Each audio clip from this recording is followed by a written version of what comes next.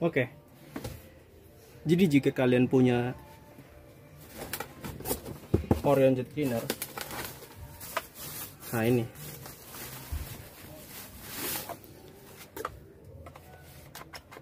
yang akan kita pasangkan di sini. Kita akan memperkenalkan sebuah quick release. Ini masuk ke sini.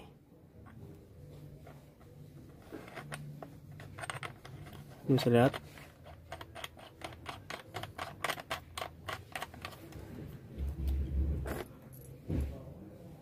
Lalu bagian ini masuk ke sini. Seperti ini. Dan ini tinggal ke selangnya. Saya contohkan seperti ini. Ya, jika kalian dapati ada selang seperti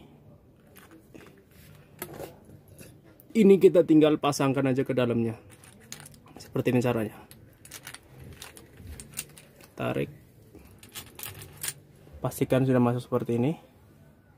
Lalu kita tinggal putar aja drat ini. Seperti ini.